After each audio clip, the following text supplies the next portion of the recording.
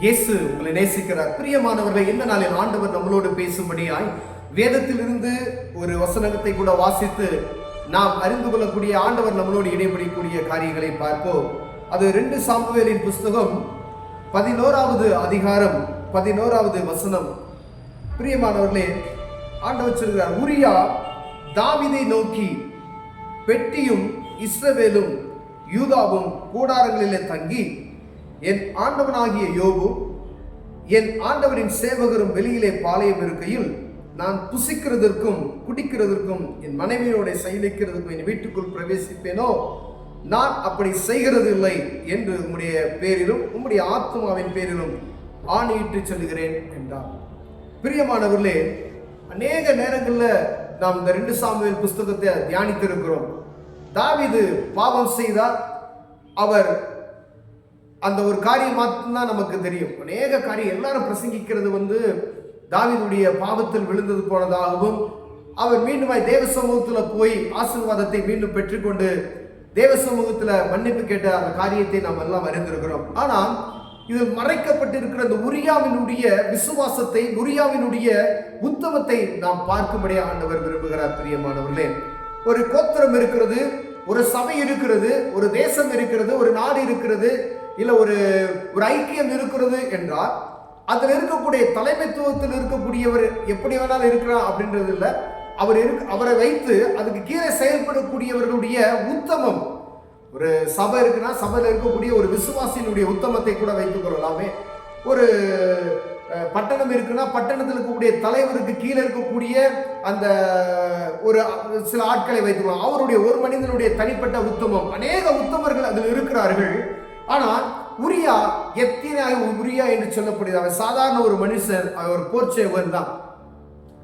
அவனுடைய பெயர் அங்கு உச்சரிக்கப்படுவதற்கு, அங்கு தெரிந்து கொள்ளப்படுவதற்கு ஒரே ஒரு காரணம், அவன் மனைவி தான். ஆனா இந்த உரியா பாருங்க, அவனுக்குள்ள காணப்படுகிற இருதயத்தில் பாருங்க, போர் நடந்து கொண்டு இருக்கிறது. தேசத்துல காணப்படுகிற அந்த காரியத்தை அவன் இருதயத்துல பதித்து வைத்திருக்கான். குடும்பத்தை மறந்து விட்டான். வீட்டுக்கு வரக்கூடிய சூழ்நிலை வருது. ராஜாவின் வீட்டுக்கு வருகிறான், உச்சிதமான பதார்த்தங்களை கொடுக்கிறான். ஆனா வீட்டுக்குள்ள நான் நுழைய மாட்டேன். ஏன் அப்படின்னு சொன்னா, பாருங்க, உரியா தாவீதை நோக்கி, பெட்டியும் இஸ்ரவேலும் யூதா கூடாரங்களை தங்கிய ஆண்டவனாகிய யோவாபும் படைத்தளபதி அங்க இருக்கிறார், எல்லாம் போர்க்களத்துல இருக்கிறாங்க.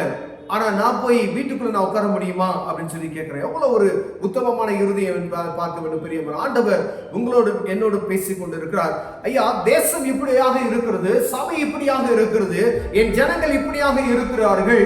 ஆனா நான் எப்படி இருக்கிறேன் என்பதை பார்க்கும்படியா, நீ திறப்பில் நிற்க அழைக்கப்பட்டவன், ஆனால் திறப்பில் நிற்காதபடிக்கு என் மனம் போன போக்கில் வாழ்ந்து கொண்டு இருக்கிறேன் என்பதை பார்க்கும்படி ஆண்டவர் உங்களோடும் என்னோடு பேசிக் கொண்டு இருக்கிறார். ஒரு தாவீதுக்குள்ள காணப்பட்ட ஒரு குணத்தை கூட வச்சுக்கங்களேன். தாவீது அது பாவம் செய்தார். ஜெபிக்க வேண்டிய நேரத்தில் உப்பரிக்கு போக வேண்டிய தேவையே இல்லை. தேசத்தில் நடக்கக்கூடிய எல்லா காரியமும் நாம் அறிந்திருக்கிறோம். ஒரு நெருக்கம், பயங்கரமான ஒரு நெருக்கம், தேவ சமூகத்துல போறோம். ஆனா நமக்கு எப்பயுமே யுத்தம், இஸ்ரவேலுக்கு எப்பயுமே யுத்தம் நடந்து கொண்டு இருக்கிறது போல கர்த்தருடைய பிள்ளைகளுக்கு எப்பவுமே ஒரு போராட்டமான வாழ்வு தான். அந்த போராட்டமான வாழ்வு நம்ம எப்பயுமே போர்க்களத்தில் இருக்கிறது போல ஒரு உணர்வு நமக்குள்ள இருக்க வேண்டுமாய் ஆண்டவர் அழைக்கிறார். ஒருவேளை போர்க்களத்தில் இருக்கிற போல ஒரு காரியம் என்றால் போய் சண்டை போடுவதான காரியம் இல்லை. ஆண்டவர் சமூகத்தை நோக்கி பார்க்கணும். சத்ருவுக்கு எதிர்த்து முழங்கால் யுத்தம் செய்யும்படியே ஆண்டவர் உங்களோடு என்னோடு பேசிக் கொண்டு இருக்கிறார். பிரியமானவர்களே, ஏன்னா தேசத்துக்கு திறப்பில் இருக்க ஒருவனை காணோம் என்று அங்கலாய்த்த தேவன் ஆண்டவர் இந்த நாள் உங்களோடு பேசுகிறது. தேவ சமூகம் இப்படி இருக்குது, என் ஜனங்கள் அழிந்து கொண்டு இருக்கிறார்கள், அவர்கள் ரட்சிப்பின் அனுபவத்தை பெறாமல் இத்தனை லட்சம் கோடி ஜனங்கள் இருக்கிறார்களே என்கிற எண்ணம் வரணும். கிறிஸ்தவர்களாக இருக்கிறார்கள், ஆனா உலகம் எங்கும் தேசம் எங்கும் சுற்றி இருக்கிறவர்களை பார்த்தா இவர்கள் கைவிட்டு போய்வார்களோ, இப்படி இருக்கிறார்களே என்கிற ஒரு இருதயத்தில் ஒரு குத்துள்ள ஒரு உணர்வு, ரட்சிக்கப்பட்ட அனுபவம் நிறைந்த பரிசுத்த ஆவின் அபிஷேகம் பெற்ற உங்களுக்கும் எனக்கும் இல்லாமல் இருக்கிறதை குறித்து ஆண்டவர் வேதனைப்படுகிறார். பிரியமானவர்களே, ஒரு சாதாரண மனிதன் உரியா பாருங்க, சேனை அங்க இருக்கிற ஐயா, படைத்தளபதி அங்க இருக்கிறான், எல்லாம் கூடாரத்துல தங்கி இருக்கிறார்கள், வேதனைப்படுகிறார்கள், நெருக்கம் என்ன நடக்குமோ. ஆனா அவனுடைய காரியம் பாருங்க, நான் வீட்டில் போய் புசிக்கிறதுக்கு குடிக்கிறதுக்கு, வீட்டில் போய் நான் ஜாலியாக இருக்கிறதுக்கு எனக்கு நேரம் கிடையாது, நான் அங்கே படைத்தளபதிக்கு அங்கே போகிறேன் அப்படின்னு சொல்லி போகிறான். அவன் சாக போகிறான் அப்படின்றது அவனுக்கு தெரியாது. ஆனா அவனுடைய உத்தம குணத்தை ஆண்டவர் இந்த இடத்துல பார்க்கும்படியே அழைக்கிறார். பிரியமான உரியாவினுடைய காரியத்தை, உரியாக்குள்ள காணப்படுகிற ஒரு உத்தமமான இருதயம், தேவனுடைய பெட்டி அங்க இருக்கிறது ஐயா, இஸ்ரவேல் ஜனங்கள் அங்க இருக்கிறார்களே, அப்படிப்பட்டதான காரியத்துல நான் எப்படி இருக்கிறேன்? இந்த உரியாவுக்குள்ள இருந்தக்கூடிய ஒரு நல்ல குணம் பாருங்களேன். ஒரு சாதாரண மனிதன் உரியா, ஏத்தியனாகிய உரியா அப்படின்னு போட்டிருக்கு.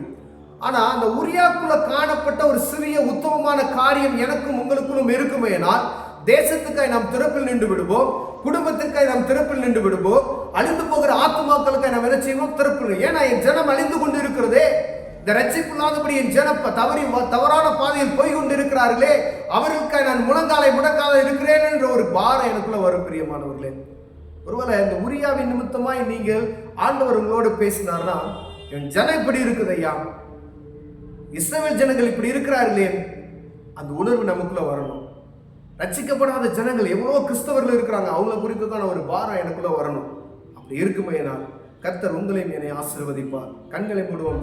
அன்பின் தகப்பனே, அருமையான நாளுக்காய் ஸ்தோத்திரையா. இந்த உரியாவுக்கு காணப்பட்ட ஒரு சாதாரண மனிதன் தான், ஆனா உரியாவை குறித்து, உரியாவின் நிமித்தமா எங்களோடு பேசுகிற தயவுக்காய் ஸ்தோத்திரம். இயேசுவின் நாமத்தில் பிதாவே, ஆமென்.